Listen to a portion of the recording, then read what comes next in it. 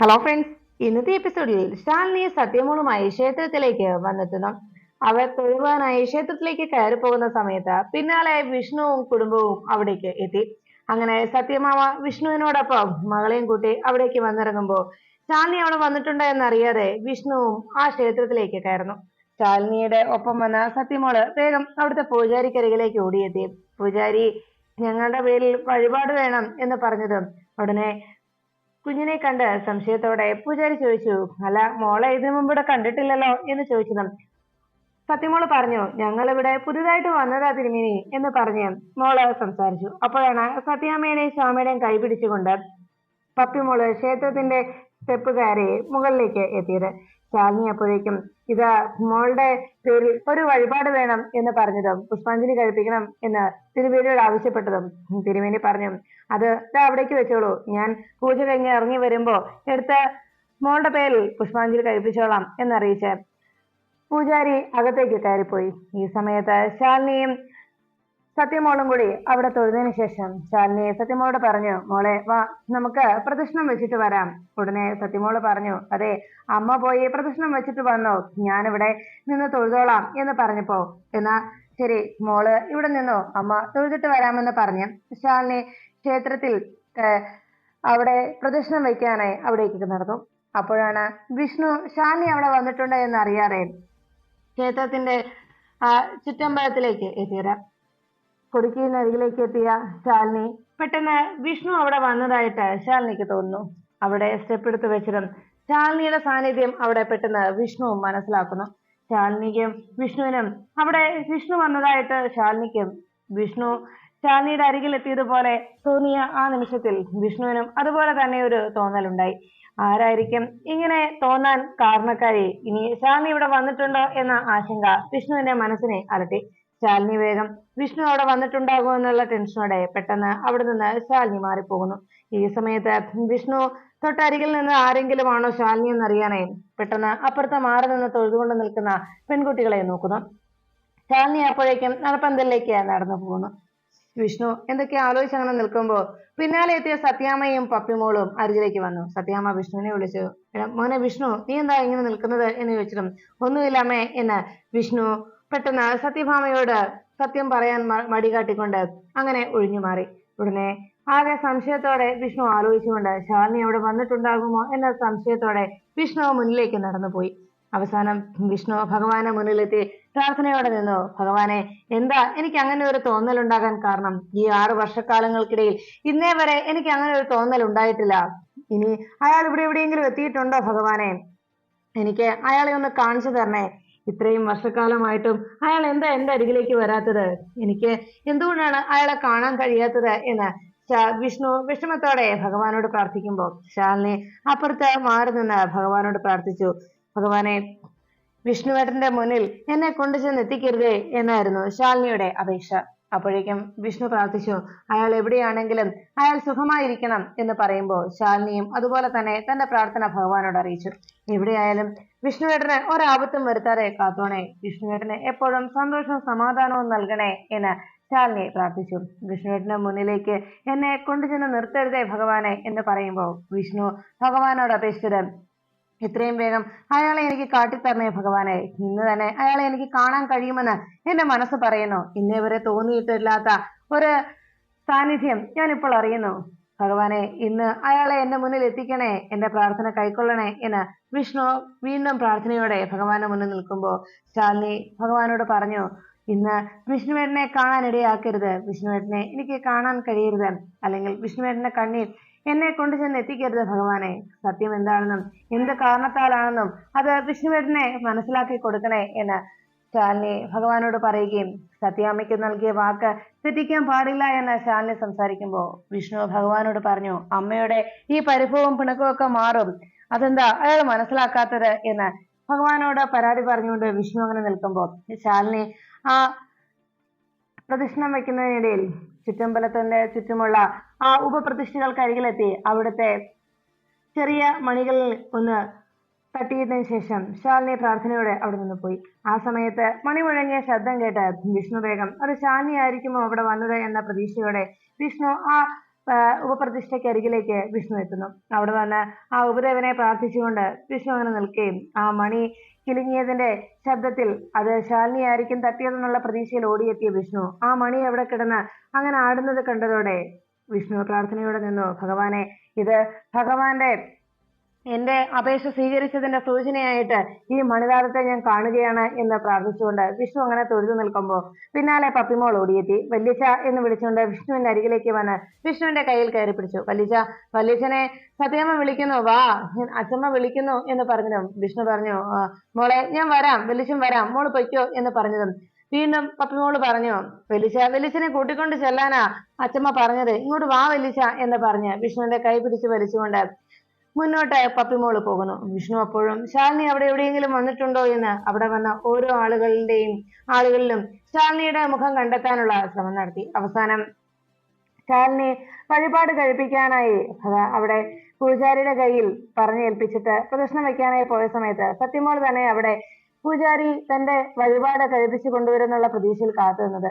അപ്പോഴാണ് അവിടേക്ക് വിഷ്ണുവും സത്യാമ്മയും ശ്യാമയും ഒപ്പം പപ്പിമോളും കൂടി എത്തിയത്. ഈ സമയത്ത് പൂജാരി വേഗം അകത്ത് പൂജ കഴിഞ്ഞതിന് ശേഷം പുറത്തേക്ക് ഇറങ്ങി വന്നു.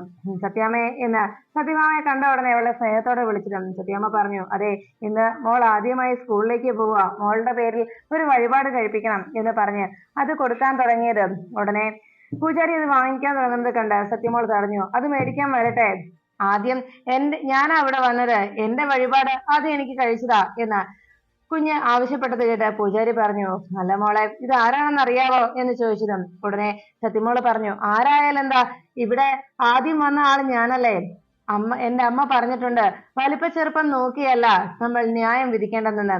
ആദ്യം വന്ന ആൾക്ക് വേണം ആദ്യം സേവനം നൽകാൻ, അതല്ലേ വേണ്ടത്.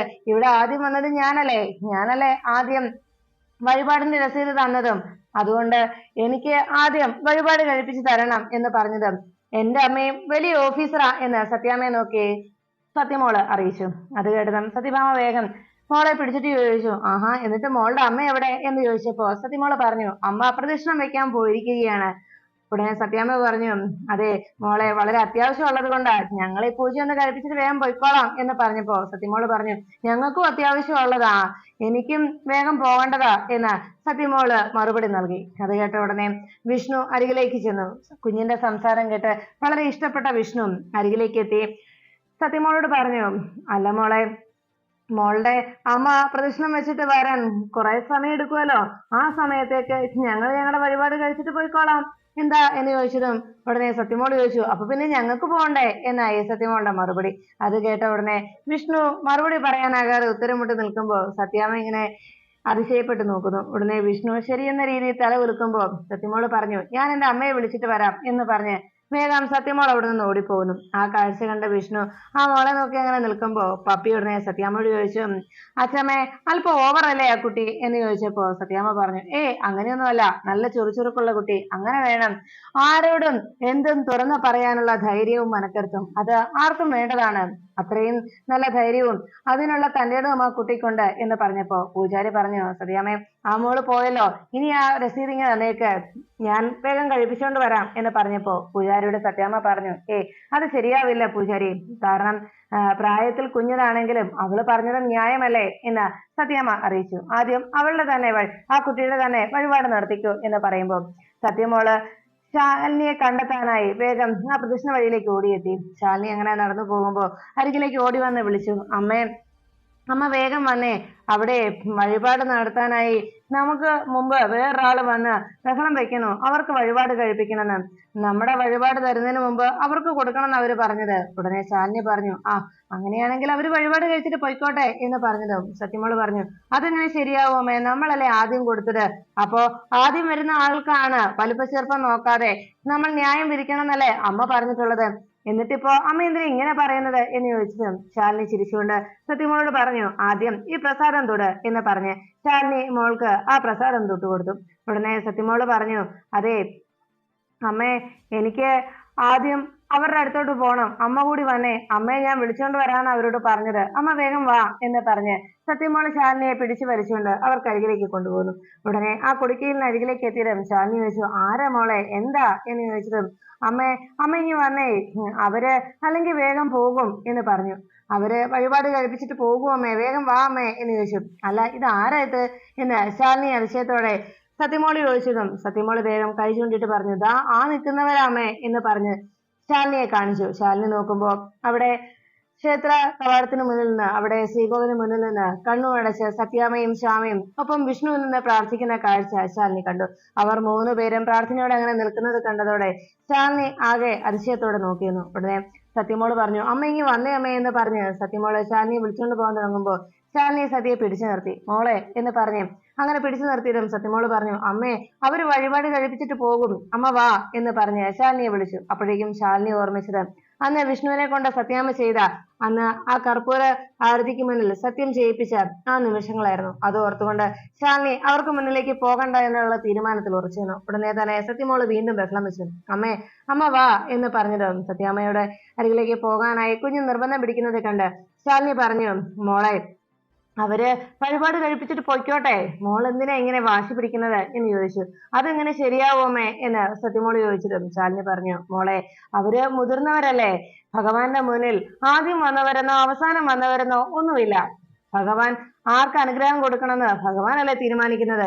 അതുകൊണ്ട് മോള് ബഹളം വെക്കണ്ട. അത് മാത്രമല്ല, അവർ മുതിർന്നവരല്ലേ, മുതിർന്നവരോട് നമ്മൾ വാശി കാണിക്കുന്നതും ദേഷ്യപ്പെടുന്നതൊന്നും നല്ല കാര്യങ്ങളല്ല, നല്ല ശീലവുമല്ല എന്ന് ശാലിനി മോൾക്ക് പറഞ്ഞു കൊടുത്തു. അത് കേട്ടതും ശാലിനി പറഞ്ഞു, ഓ അങ്ങനെയാണല്ലേ, അക്കാര്യം ഞാൻ മറന്നുപോയി. എന്നാ മോള് ചെന്ന് അവരോട് സോറി പറ, അവരോട് സോറി പറയണം കേട്ടോ എന്ന് പറഞ്ഞതും അവര് വഴിപാട് കഴിപ്പിച്ച് പൊയ്ക്കോട്ടെ എന്നും ശാലിനി പറഞ്ഞു. എന്നാ ശരി അമ്മേ, ഞാൻ പറയാം, ഞാൻ അവരോട് സോറി പറയാം എന്ന് സത്യമോള് സമ്മതിച്ചു. ഉടനെ ശാലിനിയോട് പറഞ്ഞു, അമ്മ കൂടി വാ, നമുക്ക് പോകാം എന്ന് പറഞ്ഞപ്പോ ശാലിനി പറഞ്ഞു, വേണ്ട, മോള് പോയി പറഞ്ഞാ മതി.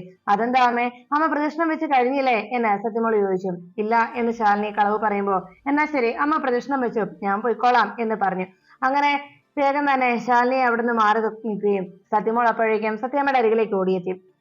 സത്യമോൾ തനിച്ച് വരുന്നത് കണ്ടതോടെ സത്യാമ്മ ചോദിച്ചു, അല്ല, എവിടെ, മോളുടെ അമ്മ എവിടെ എന്ന് ചോദിച്ചു. അപ്പോഴേക്കും സത്യമോള് പറഞ്ഞു, അതെ സാരമില്ല, നിങ്ങളുടെ വഴിപാട് ആദ്യം കഴിപ്പിച്ചോ, സോറി എന്ന് സത്യമോള് മറുപടി പറഞ്ഞു. അത് കേട്ടതും സത്യാമ്മയ്ക്കാകെ അതിശയമായി. സത്യമ്മ അരികിലേക്ക് ചെന്ന് മോളെ ചേർത്ത് പിടിച്ചിട്ട് ചോദിച്ചു, അല്ല, അതെന്താ മോളെ അങ്ങനെ, മോളെന്തിനാ സോറി പറയുന്നത് എന്ന് ചോദിച്ചതും, അല്ല, മുതിർന്നവരോട് ദേഷ്യപ്പെടുന്നത് ശരിയല്ല എന്ന് എന്റെ അമ്മ എന്നോട് പറഞ്ഞു, അത് തെറ്റല്ലേ, അതുകൊണ്ടാണ് ഞാൻ സോറി പറഞ്ഞത് എന്ന് പറഞ്ഞതും സത്യമ്മ പറഞ്ഞു, അയ്യോ, അതിന് മോള് തെറ്റൊന്നും ചെയ്തല്ലോ, മോൾ ആദ്യമല്ലേ വന്നത്, ആദ്യം വരുന്നവർ വേണ്ടേ, ആദ്യം എന്ത് കാര്യത്തിനാണെങ്കിലും ആദ്യം ചെല്ലുവാൻ എന്ന് സത്യമ്മ അറിയിച്ചു. അത് കേട്ടതും സത്യഭാമയുടെ മോള് പറഞ്ഞു, അതെ, ഭഗവാൻ ആദ്യം വന്നവരെന്നോ അവസാനം വന്നവരെന്നോ നോക്കുന്നില്ലല്ലോ, അങ്ങനെ നോക്കാതെയല്ലേ ഭഗവാൻ അനുഗ്രഹിക്കുന്നത്. അതുകൊണ്ട് ഞങ്ങൾക്ക് പിന്നെ വഴിപാട് ചെയ്താൽ മതി, ആദ്യം ഈ വഴിപാട് നടക്കട്ടെ എന്ന് സത്യമോള് പറയുമ്പോ ഉടനെ പൂജാരി അവിടെ എത്തിയിട്ട് വന്ന് പറഞ്ഞു, സത്യാമ്മേ, എന്നാ രസീത് ഇങ്ങ് തരുവാണെങ്കിൽ ഞാൻ പോയി പൂജ കഴിപ്പിച്ചിട്ട് വരാം. അപ്പോഴേക്കും സത്യമോള് പറഞ്ഞു, അത് തന്നെയല്ലേ ഞാനും പറഞ്ഞത്. ഉടനെ ആ വാക്ക് കേട്ട് ശ്യാമയും വിഷ്ണുവും സത്യാമ്മയും ചിരിക്കുന്നു. ഉടനെ സത്യാമ്മ ആ രസീത് പൂജാരിയുടെ കയ്യിലേക്ക് കൊടുത്തു. അപ്പോഴേക്കും സത്യാമ്മയുടെ സംസാരം കേട്ട് അതിഷ്ടപ്പെടാതെ നോക്കിയ പപ്പിയുടെ മുഖത്തേക്ക് നോക്കി സത്യമോള് പുഞ്ചിരിച്ചു. എന്നിട്ടും അതൊന്നും ഇഷ്ടപ്പെടാതെ സത്യമോൾ അവിടെ നിന്ന് നടന്നു പോകുന്നു. ഈ സമയത്ത് അവിടെ വിഷ്ണുവും മറ്റെല്ലാവരും തൊഴുതു നിൽക്കുമ്പോൾ സത്യമോൾ അവിടെ നിന്ന് പ്രാർത്ഥിച്ചു. എന്നാൽ അപ്പോഴേക്കും പപ്പിമോൾ അവിടെ നിന്ന് മാറി മറ്റൊരു പ്രതിഷ്ഠയ്ക്ക് മുന്നിലേക്ക് എത്തി അവിടെ കിടക്കുന്ന ആ മണി അടിക്കാനായി സത്യമോൾ അവിടെ നിന്ന് പപ്പി ശ്രമിച്ചു. എത്ര ശ്രമിച്ചിട്ടും തന്റെ കൈ എത്താത്തത് കൊണ്ട് പപ്പി അവിടുന്ന് ചാടി ആ മണിയിൽ തൊടാനായി ശ്രമിക്കുന്നു. അപ്പോഴേക്കും അവിടെ പ്രാർത്ഥിച്ചുകൊണ്ട് നിന്ന ശ്യാമ കണ്ണു തുറന്ന് പപ്പിമോളെ നോക്കി. അവിടെ ചുറ്റും പപ്പിമോളെ കാണാതായതോടെ ശ്യാമയ്ക്കാകെ സംശയമായി. എങ്ങോട്ട് പോയെന്നുള്ള ആശങ്കയോടെ ശ്യാമ പപ്പിയെ അന്വേഷിച്ച് ആ ക്ഷേത്ര പരിസരത്തിലേക്ക് ഓടി. അപ്പോഴാണ് പപ്പിമോള് അവിടെ തനിച്ച് നിന്ന് ആ മണിയടിക്കാനുള്ള ശ്രമം നടത്തുന്നത് ശാലിനി കാണാനിടയായത്. ഉടനെ ആ മണിയടിക്കാനായി എടുത്തു ചാടിയ പപ്പിമോള് പെട്ടെന്ന് താഴേക്ക് വീണു. അയ്യോ അമ്മേ എന്ന് നിലവിളിച്ചുകൊണ്ട് പപ്പിമോള് വീണതും അപ്പുറത്ത് മാറി നിന്നിരുന്ന ശാലിനി അരികിലേക്ക് ഓടിയെത്തി. അയ്യോ എന്തു പറ്റി എന്ന് വന്ന് നോക്കി. എന്നിട്ട് കാലിലൊക്കെ തൊട്ട് നോക്കിയിട്ട് പറഞ്ഞു, ഇല്ല, കുഴപ്പമൊന്നുമില്ല കേട്ടോ, ഒരു കുഴപ്പവുമില്ല എന്ന് പറഞ്ഞു. ഉടനെ വീണു, കാലിന് വേദനയുണ്ട് എന്ന് പറഞ്ഞപ്പോ ശാലിനി ഒന്ന് തടവി കൊടുത്തിട്ട് പറഞ്ഞു, കുഴപ്പമൊന്നുമില്ലല്ലോ, ഇപ്പൊ വേദനയൊന്നും ഇല്ലല്ലോ എന്ന് ചോദിച്ചപ്പോഴേക്കും ആ അല്ല ആന്റി ഡോക്ടറാണോ എന്നായി പപ്പിയുടെ അടുത്ത ചോദ്യം. അപ്പോഴേക്കും ശാലിനി ഒന്ന് ചിരിച്ചുകൊണ്ട് പപ്പിയുടെ കാല് തടവി കൊടുത്ത് പപ്പിയോട് കാര്യങ്ങൾ ഓരോന്നും പറഞ്ഞ് അങ്ങനെ ശാലിനി ഇരുന്നു. അപ്പോഴാണ് ശ്യാമ പപ്പിയെ കാണാതെ അന്വേഷിച്ച് അവിടേക്ക് എത്തിയത്. ഉടനെ ശാലിനിയും പപ്പിമോളും ഇരുന്ന് അവിടെ ഇരുന്നുകൊണ്ട് സംസാരിക്കുന്നത് ശ്യാമ കാണാനിടയായി. പെട്ടെന്ന് ശ്യാമയ്ക്കാകെ അതിശയമായി. വർഷങ്ങൾക്ക് ശേഷം തന്റെ കുഞ്ഞേച്ചിയെ കണ്ടതിന്റെ സന്തോഷവും അതും പപ്പിമോൾക്കരികിൽ തന്നെ സ്വന്തം കുഞ്ഞിനരികിൽ അമ്മ വന്നിരിക്കുന്ന കാഴ്ച കണ്ടതോടെ ശ്യാമ അതിശയപ്പെട്ടു. ഉടനെ തന്നെ ശ്യാമ അരികിലേക്ക് ഓടി വന്നു. ശാലിനിയെ കണ്ട സന്തോഷത്തിൽ അരികിലേക്ക് ശ്യാമ ഓടിയെത്തിയതും ശാലിനി പെട്ടെന്ന് തന്റെ അരികിലേക്ക് ഓടി വരുന്ന ശ്യാമയെ കണ്ടു. ശ്യാമ അരികിലെത്തി കണ്ണുനീരോടെ ശാലിനിയെ അതിശയത്തോടെ നോക്കി. ശാലിനി അനുജത്തിയെ കണ്ട സന്തോഷത്തിൽ അങ്ങനെ നോക്കുമ്പോ കുഞ്ഞേച്ചി, അത് കുഞ്ഞേച്ചിയുടെ മോളാ എന്ന് ശാലിനിയോട് ശ്യാമ അറിയിച്ചു. ആ വാക്ക് കേട്ടതോടെ ശാലിനിക്കാകെ അതിശയമാവുന്നു. ഇത്രയും നേരം തന്റെ അരികിലിരുന്നത് സ്വന്തം കുഞ്ഞാണെന്നുള്ള സത്യം അറിഞ്ഞ ശാലിനി മോള് തന്റെ കാലിലെ വേദന മാറാനായിട്ട് മുട്ടിനിട്ടൊക്കെ ഇടിയൊക്കെ കൊടുത്തങ്ങനെ ഇരിക്കുമ്പോ ശാലിനി ആ കുഞ്ഞിനെ അന്ന് താൻ കൈമാറിയ ആ നിമിഷത്തെ കുറിച്ച് ഓർമ്മിച്ചു. അതിനുശേഷം ശാലിനി ആ കുഞ്ഞിനെ തന്റെ അരികിൽ കിട്ടിയതിന്റെ സന്തോഷത്തിൽ പപ്പിയെ ചേർത്ത് പിടിച്ച് കവിളത്ത് മാറി മാറി ഉമ്മ കൊടുക്കുന്നു.